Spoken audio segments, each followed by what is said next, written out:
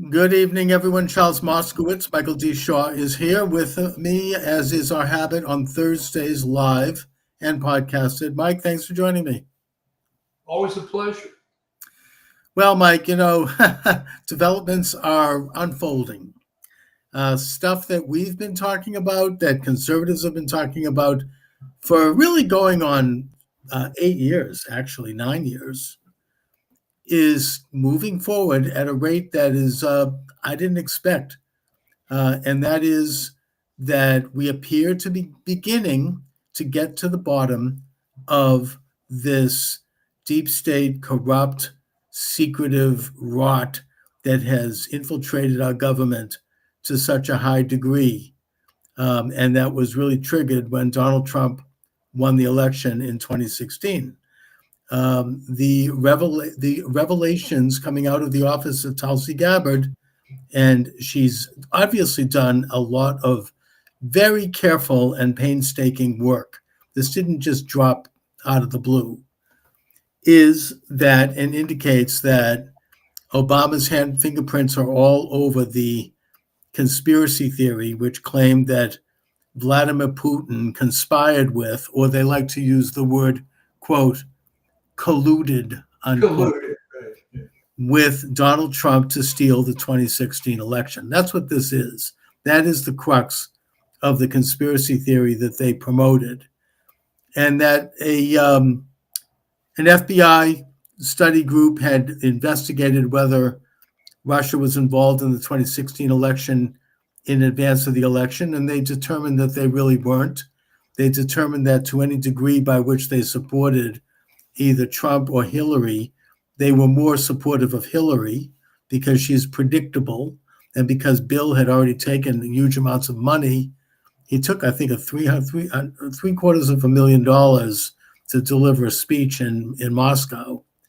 And that of course, Hillary's tenure as Secretary of State, everywhere she went, she would get money sent to the Clinton Foundation and the Global Clinton Fund, including giving a green light to uranium mines in Canada, the Uranium One deal to Russia that was admitted by and covered by the New York Times.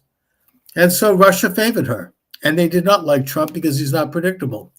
So the FBI had this information, Comey had this information, but they decided to go with this cockamamie conspiracy theory anyway, which is that Trump was being a puppet of Putin.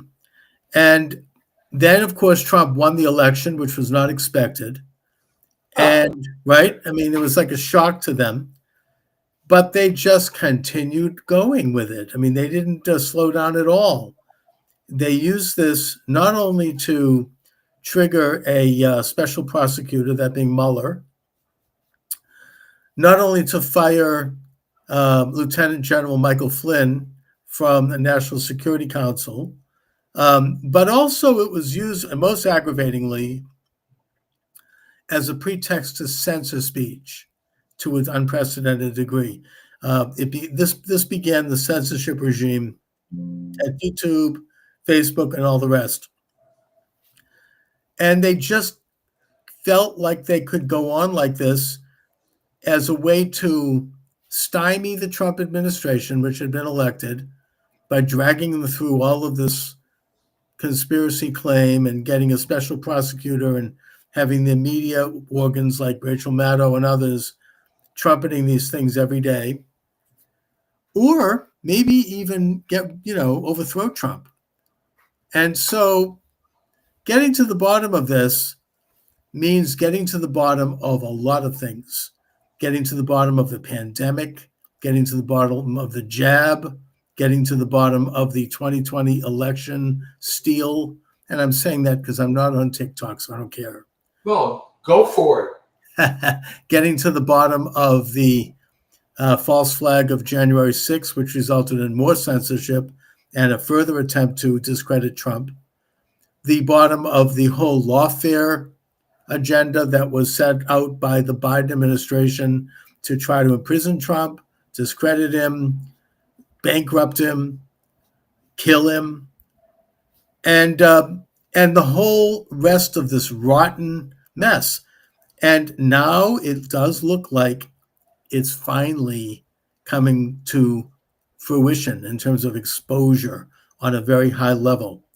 And I thought it was very interesting to look at the New York Times today, because I look at them every day online, and they said nothing about this. It's as if it didn't exist.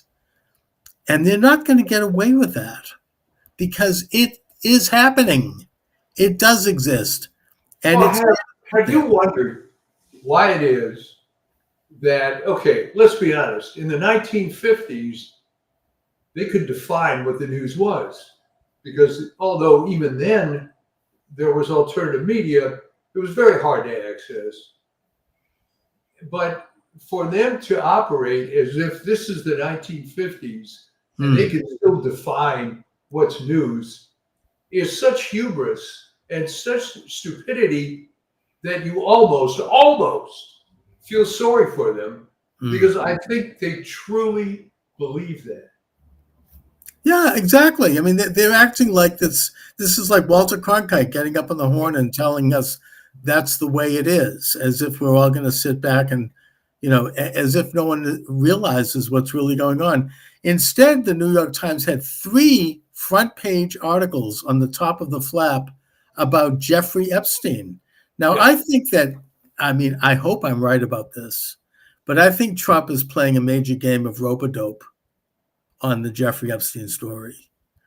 What I mean is that, yeah, he socialized with Jeffrey Epstein. So what? That's not, he wasn't, I don't think he was on the Jeffrey Epstein Express No, he plane. wasn't. His name never appeared there. Maybe he might have gone a little too far, but the point is that there's nothing major on him. If there was, they wouldn't have gone through all this trouble of the Steele dossier and the perfect phone call impeachment and all of this, the Mueller and his brown shirts, which is all stuff that's legally questionable, and they may end up hopefully in the can over it. But why would they have gone through all of that if Trump was cavorting with with minors with Jeffrey Epstein? I mean, it would have been over.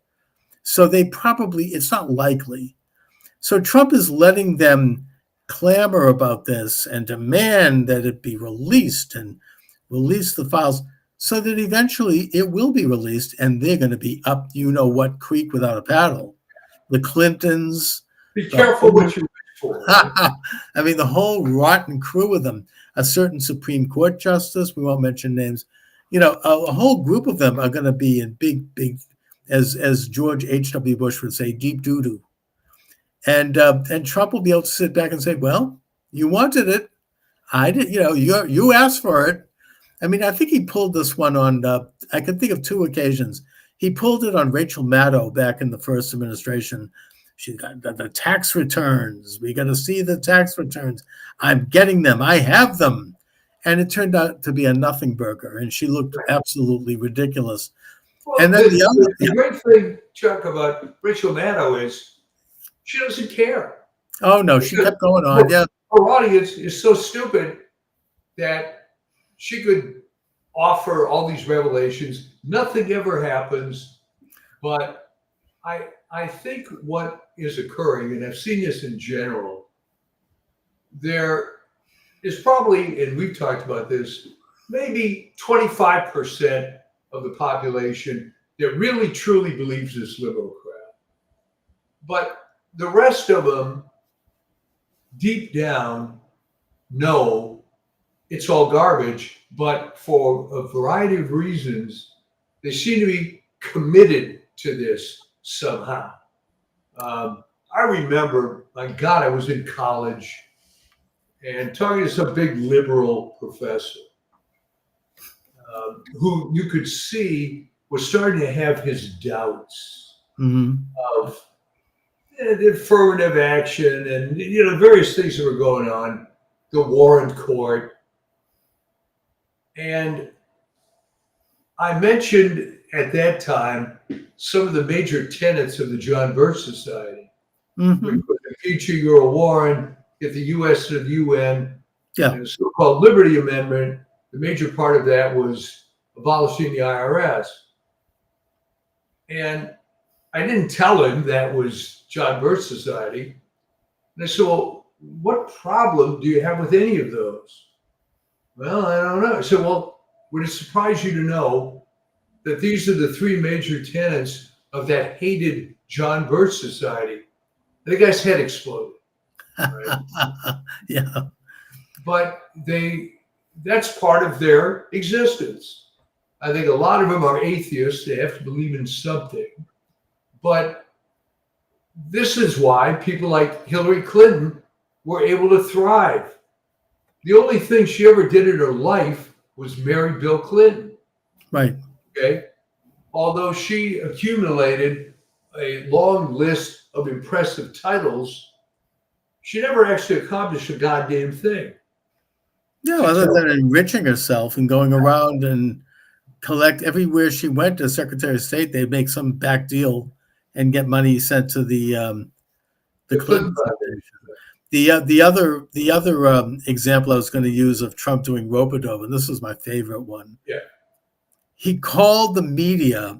This was, I think, it was right after the whatchamacallit, the Billy Bush thing, and right, and I have a media announcement. I'm going to be issuing a press conference.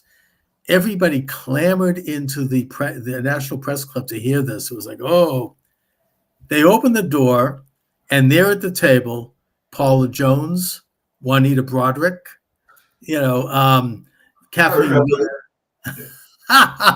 And would you like to ask some questions of our panel? And they all told their stories. It was hilarious. And then to follow it up, during one of the first debates with Hillary, he had them in the front row as his guests. And Bill Clinton, there was a look on his face when he saw them that you've seen this picture of him, his eyes are bugging out. Yeah. It was hilarious. I mean, it was like, Trump is very good at this. He knows it's a very well-crafted plan in advance to set a trap. And I think that that's what he's doing now with Epstein. He's setting a trap.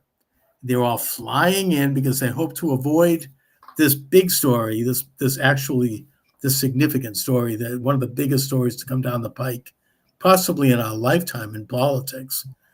And so they're all like making jokes about it, and they're showing pictures of Trump at parties with Jeffrey Epstein. Then they're really going to step in it when they start. But remember, the other thing that's going for him is he's not hampered by this sort of noblesse oblige that was part of the ruling class for a long time.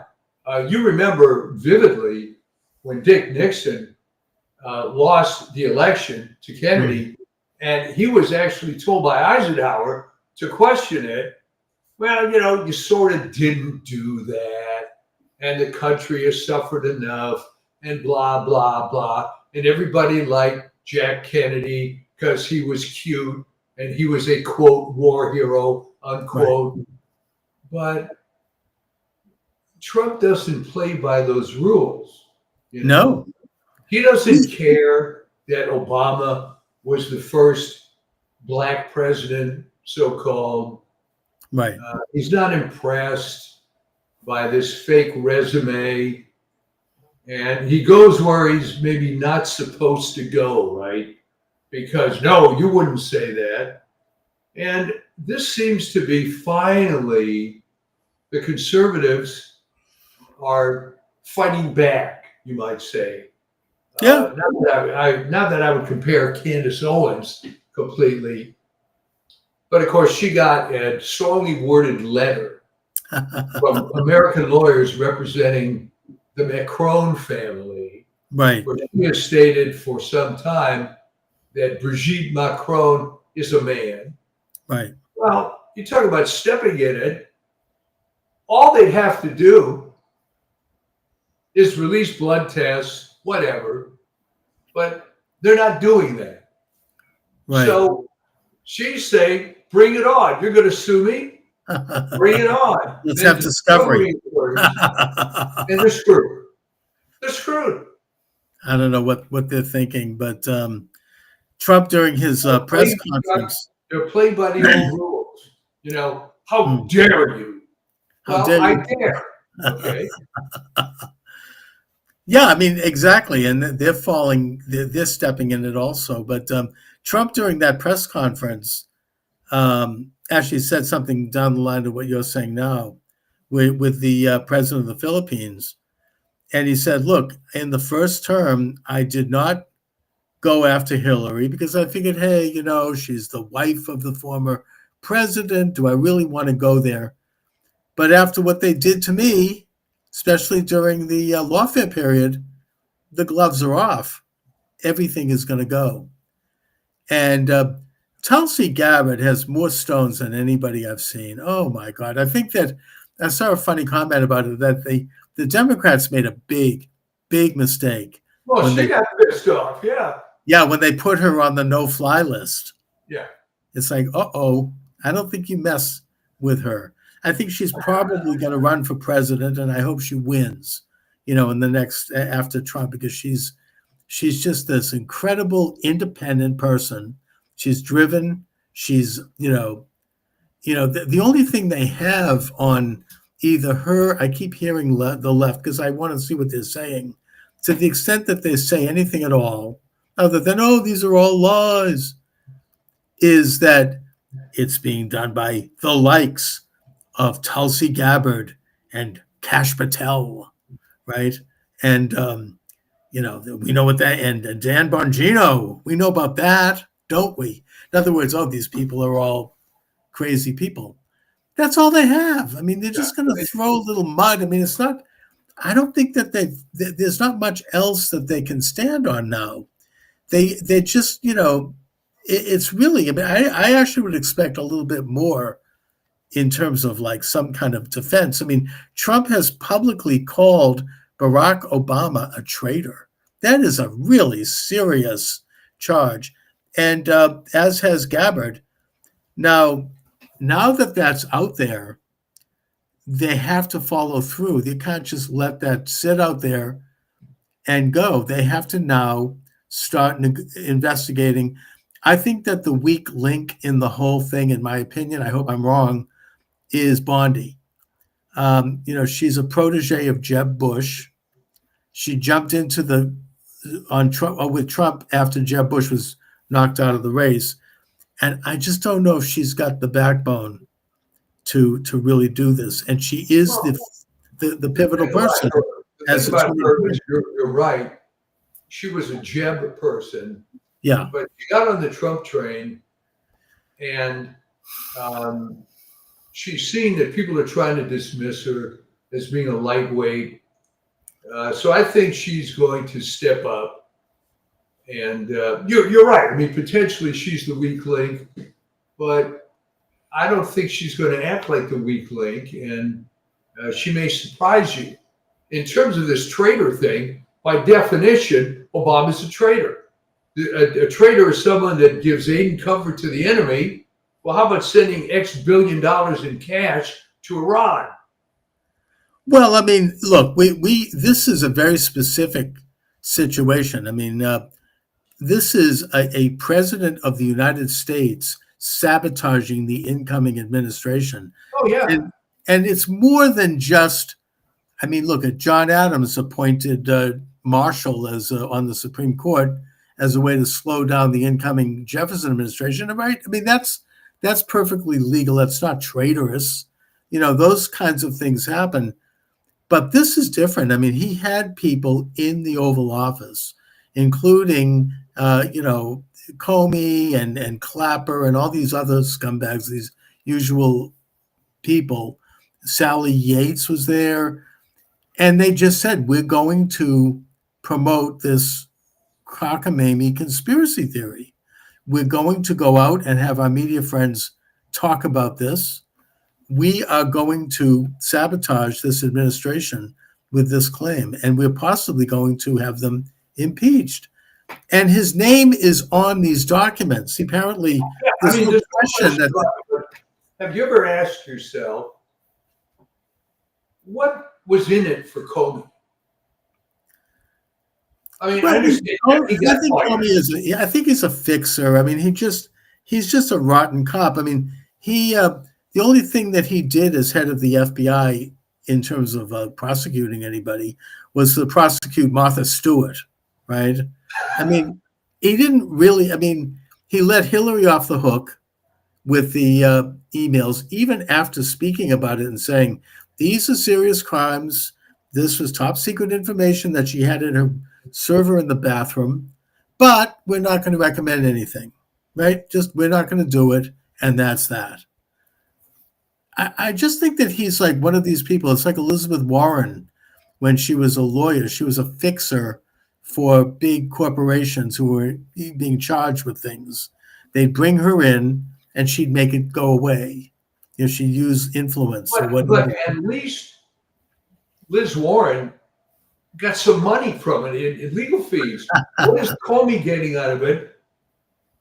They got a pretty fat book deal. I mean, that's how they usually pay themselves.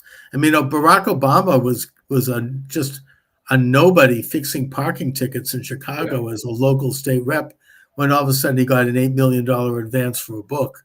Yeah. I mean, that's how they roll. It's sort of like, it's the same scam that exists like in the art world, right? You can have somebody put a piece of human excrement on a toothpick and get like $1 million advance.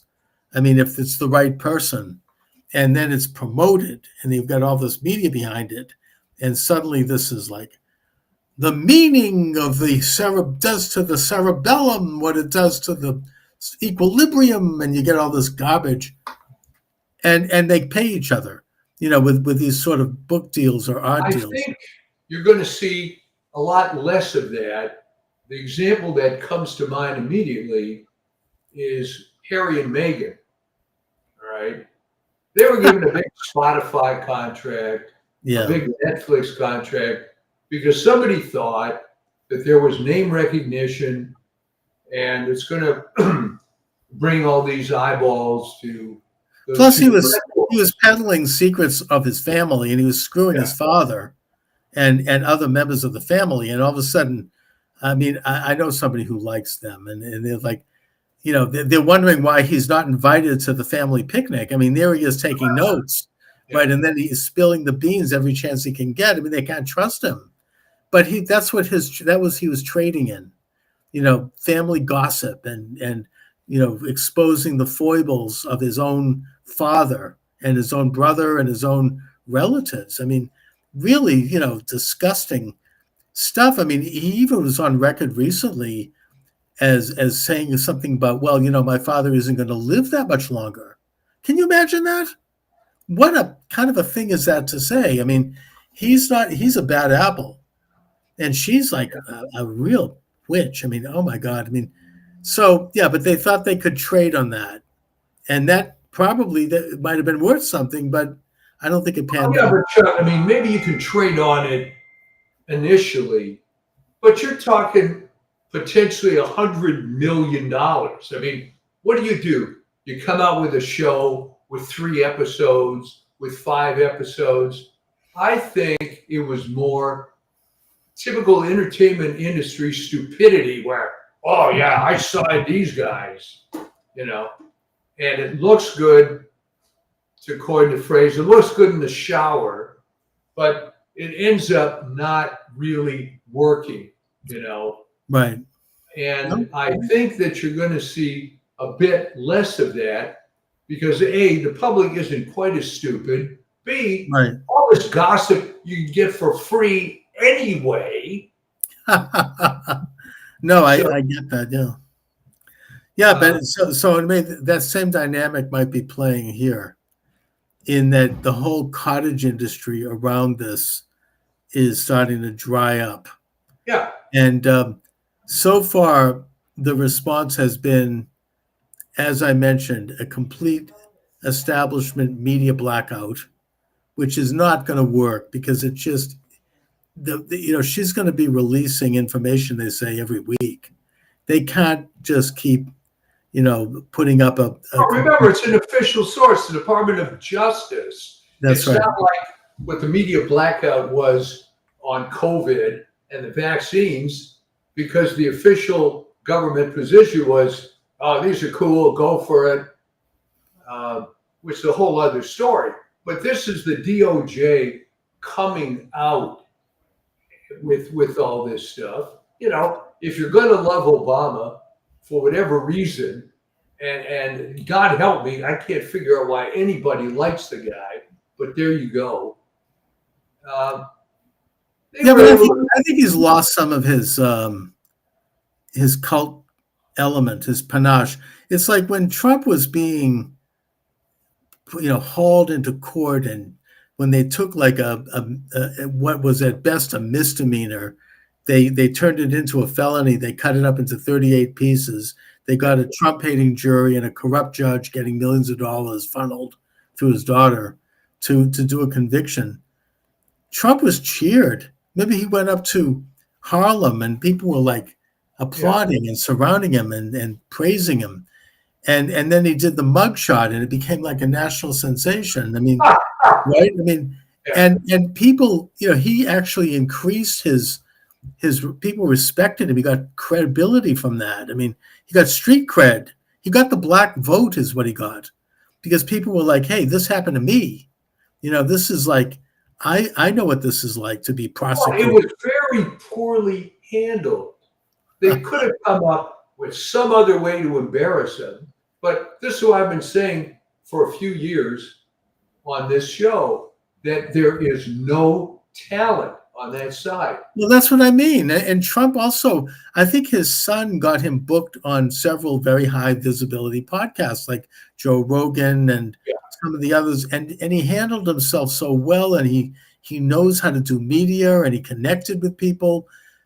Obama doesn't have any of that. No. He's about as interesting as a broken leg. I mean, if you see him, he doesn't have any spontaneity. He used to read off a teleprompter, even like dressed like a kindergarten class, and he's reading off a teleprompter. He doesn't, and he's dull. I just don't think that, if they go after him, I don't think he's going to generate that kind of interest. He was not liked. His presidency was a big, gigantic zero. The Democrats lost the House and the Senate under him, and he didn't have any coattails. I mean, it was all a creation. It was all this phony media adulation, and I just don't think it's going to work for him now. I mean, he's like so. No, it's not going to work for him because there's no there. I yes. mean, when he was given the Nobel Peace Prize 10 minutes into his term, you could see the way this thing was going. Everybody. Alfred Nobel has got to be spinning in his grave, And everybody shook their heads on that. Even Obama himself was shocked. It's like, really? I mean, it was just crazy. I mean, it doesn't. That kind of thing, I just don't see it. I don't think he's going to have that. And maybe if he was like a folk hero on the far left, he might have that. I suppose like Mamdani in New York. I don't know, but Obama doesn't have that either.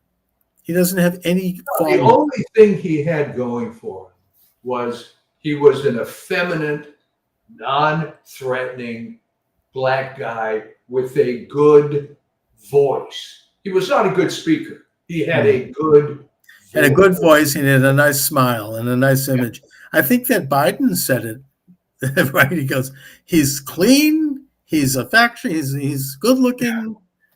I mean, right? He was kind of like an empty suit that sort of filled this role. First black president since Eisenhower. What can you say? It's like he just sort of filled a gap. He was there, he was groomed, came out of nowhere. All of a sudden, special election in Illinois after the senator, I think, was convicted. And Alan Keyes was his opponent, a genuine black man, by the way, African-American, who was a man of ideas. He beat Keyes, and 2 minutes later, he's running for president. I mean, it was just a complete creation. Yeah, and it was a little too obvious, right? You don't really hear about people paying their dues. What dues did he ever pay? He was, as I said, he was fixing parking tickets in Chicago one minute, the next minute he's in the White House. Yeah. It was that's what they were looking for. I don't think they're going to get away with that again. They were trying to maybe get Buttigieg to do this, but now it's come out there's a new scandal around him. I don't know if you saw this.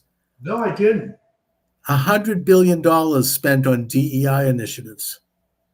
Oh, I mean, everyone had said at the why time. does that surprise anybody? The guy's whole life was DEI. Yeah, but the point is that this was the accusation being made at the time, that DEI was nothing but a scam. It was just a moneymaker, just like, I discovered this in my classes at ASU, that the critical race theory is basically a moneymaker. It's an attempt to create a new institution where they're going to get trained in colleges. The colleges are going to get grants. Probably half of that DEI money went to colleges. Then you'll have professional DEI administrators getting hired by big corporations and by the government. And it's become an industry. That's all it is. It's another attempt for left-wingers to try to make a buck. It's that simple. That's what. If in fact, look, I don't have anything against psychoanalysis. I think it has a place, but that's what that started out as. Sigmund Freud would have his Tuesday after evening salons in Vienna, where they would serve chocolate cake and black coffee, and they would talk about how to make money. Mostly, how are we going to turn this into a science? How are we going to turn this into a profession? How much should we charge people? How can we get colleges to include it in their curriculum? How can we create a national organization that would give credentials? You know what I mean? In other words, it was all about the business of it, how to market therapy. Now, there's nothing wrong with therapy, but it's, it was very much, that model is now being used by things that really don't have any value at all, like DEI and stuff like that. I guess what you're saying is it wasn't organic. No. Okay. Because most of the great successes in history have been because a need was fulfilled somehow. Okay. Right. Whether you want to talk about the pre-insanity Bill Gates, where he came up with an operating system for microcomputers that was huge. Sure. I mean, the problem. Oh yeah, that was a product. I mean, that revolutionized the economy. I've got grandkids that don't really understand this. That the only thing you could do back in the day, obviously, you're not going to have a mainframe computer if you're a small business. So you either paid for services where you got screwed on the price. It was unbelievably expensive. Or you got a mini computer from a Route 128 company, and they were very expensive. A mini computer, $25,000, $30,000 back in the 70s. All right. The software was very clunky and so on. Now, enter Bill Gates with an operating system for a personal computer. And then the software that came out, the Microsoft Office and so on, fulfilled a need. It wasn't a created thing like he saw an opportunity. It revolutionized the way we communicate. He knew how to market it. My understanding is that he literally bought this program from some hippie out of his garage in Seattle. I mean, for $50,000. Yeah. And he saw he knew what he was getting into there. Oh, yeah. He, he grabbed an opportunity. I mean, it was revolutionized the way we communicate. Yeah. Contrast that with coming out with DEI, critical race theory. You're just creating something out of whole cloth. Doesn't really provide a product or service for normal people. In fact, it's the opposite. It creates division. It creates, it's collectivist. It creates categories of people and then pits them against each other. It's classic neo-Marxist theory put into practice. It's just warmed over Marxism. And it always benefits somehow academia gets involved. Oh, they got a big cut, and as do these professionals who then go into a career of DEI. And then they blackmail companies to hire them by saying, if you don't hire us, you've got something against black people, you got something against gays, you got something against women. And so they get hired and they shake them down and they march away with the loot. Well, the corporations fell for it. I mean, Oh, the company that didn't, which I'm trying to remember the exact circumstances, but there's a brand of herbal tea, Celestial Seasonings, guy out of Colorado. okay. He ended up being the youngest self-made millionaire in the U.S. at that particular point. And so some group came to him, whether it was the gays or whoever it was, trying to shake him down, expecting, just to get a blank check. And he turned to him and said, no. That was it. No. Yeah, And they couldn't believe it. But fortunately, and there were people like that. Oh, you don't hear much about it. I mean, Jesse Jackson. I mean, there's a book about this a while ago where they would go into the corporate boardroom and they would say, how many black people do you have on the staff here? You better do this. And by the way, you're going to hire this guy and that guy, my friend, my son, my buddy, and you're going to give money to this group and that group, and then we'll have everything okay. And they went around and did this to all the major corporations. Well, it's just extortion. Totally. It's just, it's a scam. And so going back to the subject, I mean, I think that Buttigieg and his connections to that, spending billions of dollars in taxpayer money on this, that his goose is cooked on that one. So they really don't have anyone else. Chuck, how come these guys never know when to stop? All right. Look at your friend Joe Biden. He could have retired after being vice president, taken his money, gone to Rehoboth, and just spent his time on the beach. Why did he need to be president? Sheer ambition. I think he was pushed into it by his wife, his son, his people around him who wanted they said, all you have to do is sit in the basement, be interviewed by Cardi B, and we'll take care of everything else. Once in a while, we'll trot you out like it's like the mother in Psycho, like they trot him out on a chair. And I think that, and we'll take care of everything. He just, I mean, it's really abusive in a way. Of course it was. Yeah. And another example, I mean, this goes into this whole rotten mess of like lying about Trump's, conspiring with Putin, the perfect phone call conspiracy where you had people planted by Obama. This is another thing with Obama. I mean, he put plants throughout the government to then be activated at the right moment. So you had this really sinister Vindman brothers, right? I mean, he comes out and he leaks a phone call with Trump and then gives it to Adam Schiff, one of the most evil individuals in Congress. His day will come. His day will come. Oh, God willing. I mean, he completely then mischaracterizes the phone call and lies about it and reads that into the congressional record. And then when asked about it later, oh, no, that was just a joke. And meanwhile, Vindman shows up at the hearing with fruit salad and this is treasonous stuff. This is, insider betrayal. I mean, there are certain, to leak stuff like that and to then, people don't realize that a lot of the stuff that Trump was saying were private conversations that were leaked, and that leaking is a felony. Nobody's been held accountable. No one's ever faced charges for any of this. And until maybe now. Now that this is... Devil's advocate here for a second. Could Trump have done a better job in tightening up his first White House? Yes. I mean, he had a lot of people in there that he should have... And I'm disappointed as a businessman, he should have known. Maybe he was a little green in terms of Washington and how to deal with things there. But he was surrounded by people who were not loyal. And Now, of course, the left is like saying, well, he wants people to take loyalty oaths.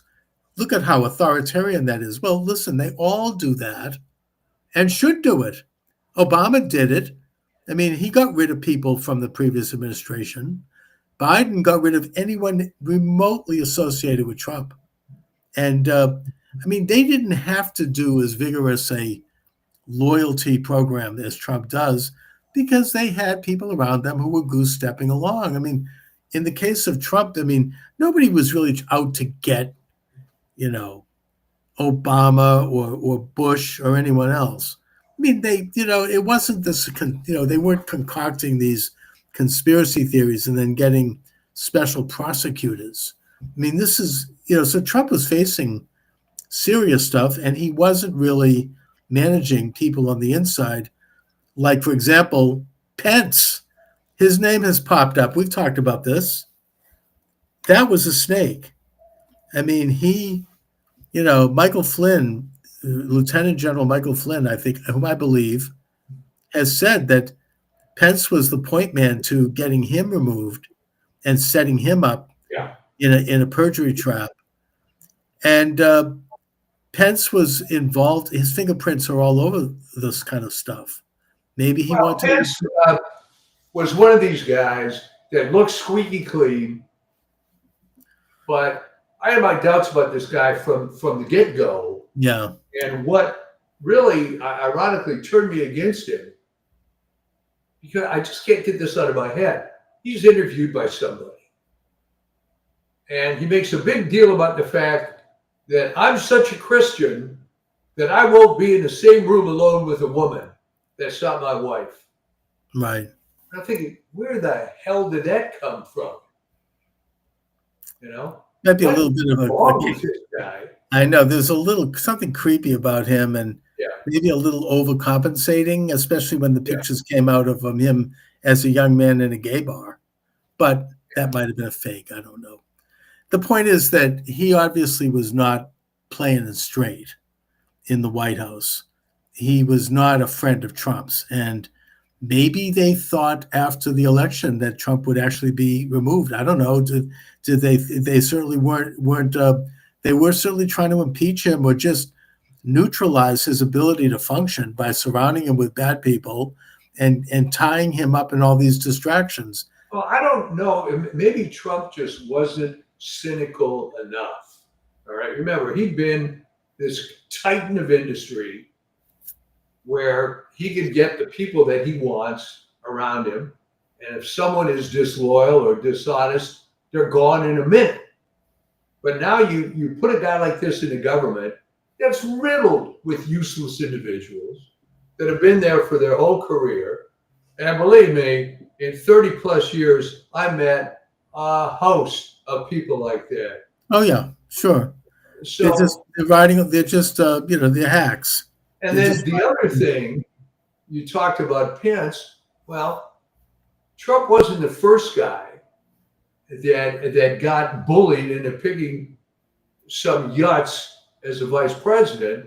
Sure. You might remember Ronald Reagan and G.W. Bush. Yeah. Right? He was ready to pick Paul Laxalt, who was a hardcore conservative, and then somehow some apparatchik got to Reagan and said, well, you can't really have two people from the West, as if you're talking about the 1850s or something, and there's no mass communication. Who the hell cares where someone is from, what state they're from? So I think that... Yeah, that's right. I mean, it was one of these, they put in the former head of the CIA, right? I mean, it makes you think of Michael Glennon's comment about the double government. Yeah. They insinuated themselves, look at Kennedy had to take Johnson. No friend, as it turns out, possibly even a bit of a plotter for what happened with Kennedy, frankly. Well, that was, I guess the reason given for that is, here's some semi-leftist, or at least by those standards back in that day, New Englander, and you're going to have to balance the ticket, whatever the hell that means, right? With a Southern guy. Well, okay, but LBJ was a freaking socialist. I know he was further to that. He could have picked Strom Thurmond. Yeah. I don't know, whatever. I'm just, yeah. I mean, it's this crazy kind of thing, and I think Trump has learned his lesson. Yeah. I think that he's cleaning house. Laura Loomer, I know that I don't agree with some of the things she's into, but she's a very good investigative journalist, and she's ferreted out a lot of these rotten people that are embedded, and Trump has responded by getting rid of them very quickly. Even Pam Bondi, I mean, with all of her problems, she's purging the State Department, I mean, the Attorney General's Department of Justice, and I think that Rubio is purging state. So they seem to be doing it. Hegseth is doing a good job at defense, purging some of these, types Well, that you're are. talking about three big, old agencies that have Yeah, thousands of people doing, I don't know it's what. it's not so easy to do. I mean, and now of course I was listening today to Steve Bannon, and they're talking about how the Democrats in the House are obstructing all of Trump's nominees, even for the smallest of offices. Yeah. We're Yeah. talking about upwards of like 500 or 600 people who are not being confirmed for office because of this kind of obstruction. Every single one of them. It's never happened in history. Sure, you have opposition to someone who's very political, but we're not talking about particularly political people here. We're talking Not just about, out of spite. I mean, basically functional. And even if they are political, you've always had people who will cross over and support someone. well, let me ask you this. Where is the leadership in the Democratic Party of, the guy that is going to tap you on the shoulder and say, what the hell are we doing? Our brand is dying. We got nothing but negative. We don't stand for anything that people want, and we're slowly dying. And I think that's what's going to happen, because that is kind of what happened with all political parties that sort of faded away for one reason or another. And they're still playing the same playbook. And the rumor has it, and this was according to Steve Bannon's guest today, that what will happen is that there will be a recess of the House, and the next day Trump is going to appoint all of these people. Yeah, recess appointments. As recess appointments, which means they'll be in there for 1 year. And during the course of that year, the House can then go in at its own speed and confirm people. And hopefully by the end of that 12-month period, everybody will be confirmed. Well, I mean, you raise a good point. So therefore, why do it? If you know there's an immediate cure, it's because they got nothing. They have no plan. Maybe they think that won't look good for Trump if that, or for Johnson if they do that, which is not true. I mean, Obama did recess appointments. That's nothing new. I mean, a new president has the general a certain level of a right to appoint the government. They're elected.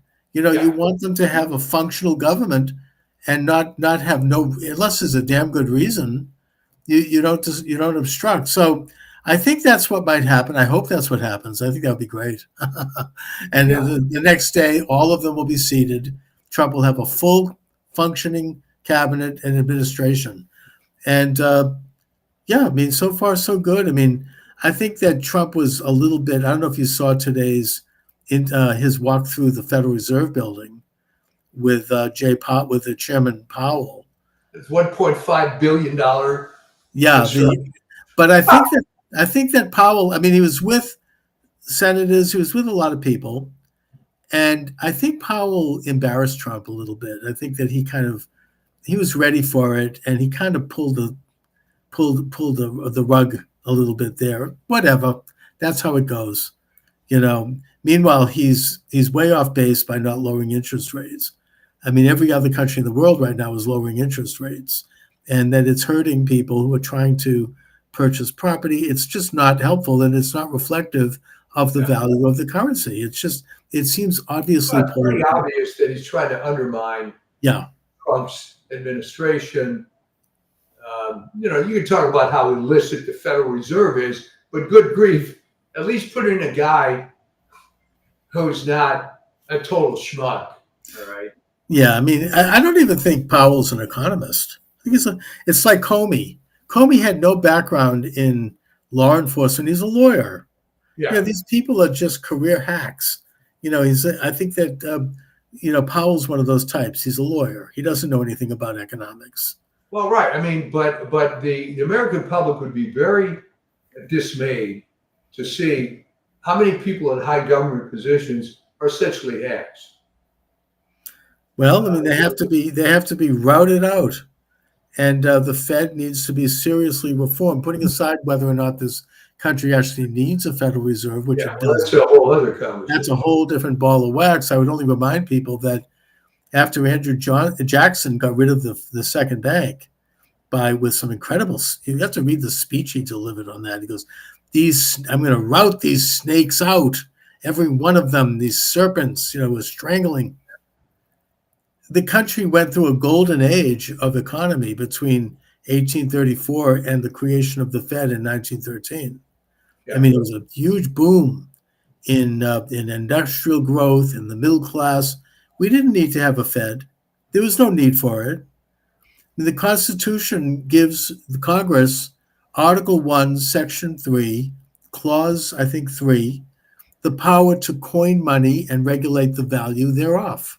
That means that Congress, not a Federal Reserve, has the ability to regulate the currency and to do it in a way that's interest-free.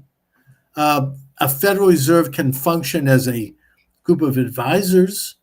The original Federal Reserve actually operated inside the U.S. Capitol building, and the head of the board was appointed by the president. It wasn't, and by Congress was at the table. That changed under FDR, who basically created a super Fed. And it's always the same names, isn't it? Yes, he moved them to their own. I mean, he was a creature of the bank, right? I mean, I don't know what it was said at the time. There was a congressman who, I forget his name, it was in my book about money, who died under mysterious circumstances, I may note, who spoke about this on the floor of the House. He said, look, this is a coup d'etat by the bankers. This is, we are losing control of our ability to determine the value of our own money, which means our freedom. Oh, what was his name? He's a great man. I'll have to, next show, I'll bring this up. It's in my book. It's a rare time when you forget a name like that. I know. I mean, but it's not the kind of name you think of regularly. But he delivered a tremendous speech, which I published parts of in my own book, where he really nailed it about what the Fed was doing. Anyway, another subject. A little shady. I mean, no one really was able to articulate to me why Goldman Sachs came out as the golden boy and Lehman Brothers was allowed to die. That shows how the Fed hasn't done anything. I mean, they said, well, it's going to reduce depressions and recessions. No, not really. That happened without the Fed. It happened with the Fed. Yeah. There are different reasons why that happens, and each one is a unique situation that has to be examined on its own merits. They haven't. All they've done is expand the debt and expand the currency to the point where it's almost unsustainable. And by the way, Trump is doing incredible work in the area of reducing that. I mean, the Office of Management and Budget, which is a kind of a liberal, supposedly nonpartisan, but it leans liberal. They have come out and said that already the tariff program has reduced the federal deficit by $100 billion and is projected to reduce it by $300 billion by the end of the year. And that Trump has already worked out trade agreements with Vietnam, the Philippines, Indonesia. These are pretty big economies where we leave in place a tariff, but they've agreed to open their market to American exports, which reduces the trade deficit and increases American productivity domestically. It's such a sea change. It is. I guess the easiest way to understand the post-World War II situation is that we take it on the chin. It's a Marshall Plan for the rest of the world, apparently forever. And we end up getting screwed and screwed and screwed and screwed, Mm-hmm. So somebody calls foul on this finally. Even in my own business now, I'm paying some tariff, which because I import from Switzerland, but it just has to balance, Mm-hmm. I'm trying to find out the name of that congressman. I think it was McFadden, Congressman Louis T. McFadden. Yeah. Well, there you go. Yeah, we'll have to I couldn't help you with that. No. Check it out. A fact of American history, encyclopedic knowledge. So not as much as I used to. Not as much as I used to. And by the way, speaking of which, I don't know if you're using ChatGPT at all. I fool around with it a little bit, but I actually think it's a good tool. I mean, my brother, who, and I'm saying this, it's not nice for me to say this, but I would describe him as having some ethical challenges in his life. He has suggested to me that why you could write a book every 3 weeks with ChatGPT. Why bother writing? You could just. And I'm not going to do that, but it is a pretty good tool, and it does summarize things in a fairly good way. It's definitely on the left. It's definitely liberal. So I put a caveat and a warning on that, and that I have enough knowledge at my stage in development to know this and to know where they're filled with BS. But even in that it's not as bad as Wikipedia. But even in that context, it's actually a pretty good tool in terms of getting some background and getting some information and some direction. It's helping me actually quite a bit in my book I'm writing now. No, well, that's very good. You have to be careful with AI because it will occasionally conflate stuff. Either if people have the same name as somebody else, right, or the human touch is still missing in the sense that I remember my wife looked up something about Joan Jett, the rock star. Yeah. And it ended up that they conflated a biography. First of all, it's not a real name, but they conflated the biography of someone actually truly named Joan Jett. And, you'd have to know that it didn't make any sense. Right. Well, she was married to blah, well, no. She's a lesbian. She wasn't married to anyone. Yeah, exactly. So you'll still see that type of error. So you still need the human touch. Oh yeah, I mean, and one of my professors at ASU sent out a very stern note, not to me personally, but to everybody. If I catch you using ChatGPT to write these papers, you're done. Because he could see it already, and that. You can't just look at it as definitive. It's just a tool, like anything. It's like if you're trying to get to a destination and you're using Waze in your car, it's not definitive. It suggests, but you still have to know the area. You have to know where you're going, and you have to put it into a context. These things are just electronics, and they're tools. Exactly. They're tools used to be good. That if you were writing a paper for this class and you used ChatGPT and then you massaged it on your own, then that's completely legitimate. Oh, it is. But the problem is that most of these people they're too young to know where it's gone off the rails. Yeah. I mean, as I say, it can be used as a tool, but you have to go into it with a reasonable amount of knowledge. You don't go into it as a clean slate. You need to check it. Right. You need to cross-check, and you need to kind of it could be in that way used as a good tool, as kind of a guide, as a more sophisticated version. You have to understand the use of tools where the overall concept still has to come from your brain. Exactly. So this gives you a way of summarizing various sources, and then you look at it, which is, let's face it, a lot easier than going to the library with index cards and making a bunch of notes like happened back, 60 years ago. That's right. But And also the problem with it is that it's ripping everybody off.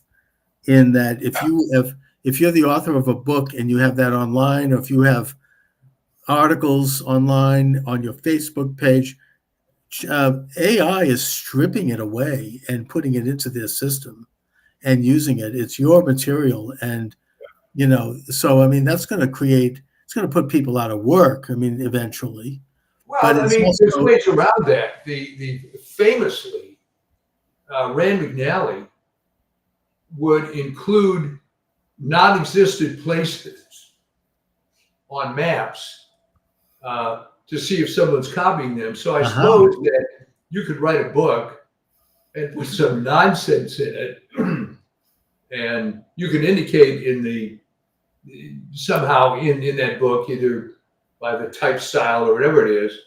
But you're right. You get into issues like that, yes, but it still requires somebody to have a brain to be able to synthesize what their final product's going to be. no, I mean like you said about Rand McNally, I think that some of the tests that I've taken in the college I'm attending, they do that deliberately. Also, they'll put something in there that is completely untrue and off base, and if you go with that, they know you didn't actually study the material. Yeah, Kind of, it shows. Or I remember when I ran for Congress, a local reporter called me and he goes, "So you're going to be making appearances in North Attleboro Field?" And he mentioned a bunch of towns that are not in the district to see if he could catch me, right.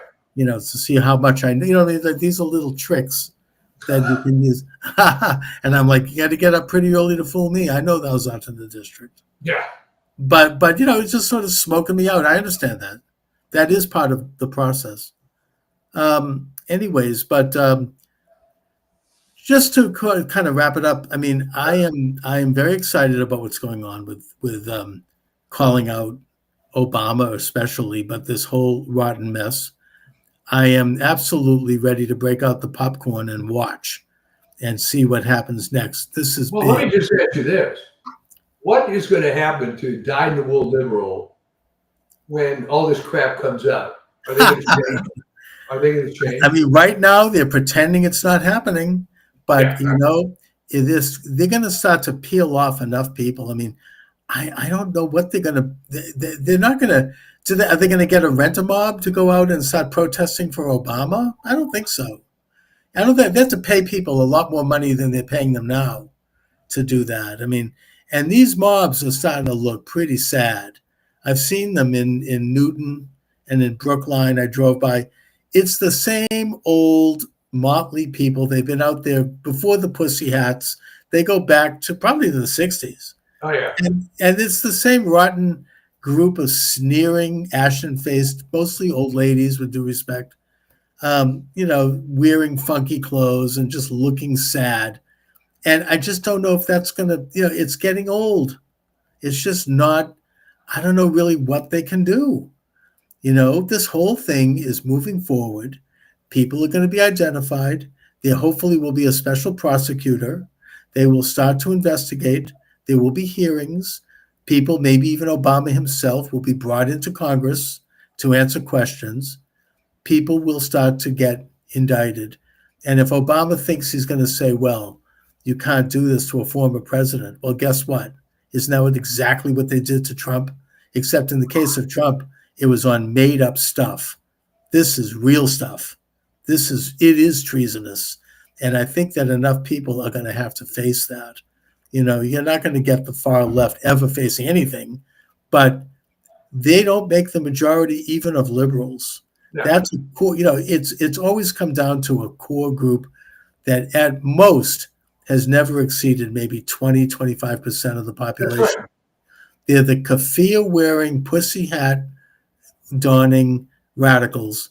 But you're always going to have them. But I mean, are some of the soccer moms going to turn? Yeah, I think some of them are. Some of your middle class.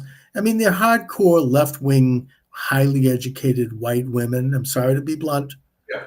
They're not going to go anywhere. But that doesn't just, there are a lot of people out there who are starting to come out of the woodwork. and who are saying, this I'm tired of this. We've had 8 years of these lies. That's why Trump won.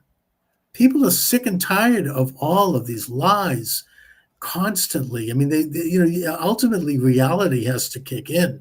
People can't That's be not like cool. this forever, at least not on a national level. You can have cults, but those cults are diminishing. It's kind of like any other cult. So hopefully that's how it goes. We'll see. Well, good. From your lips to God's ear, right? You bet. All right. And we will see you next time. You bet. All right. God bless Have a good one. America. We can all hope and pray that everything works.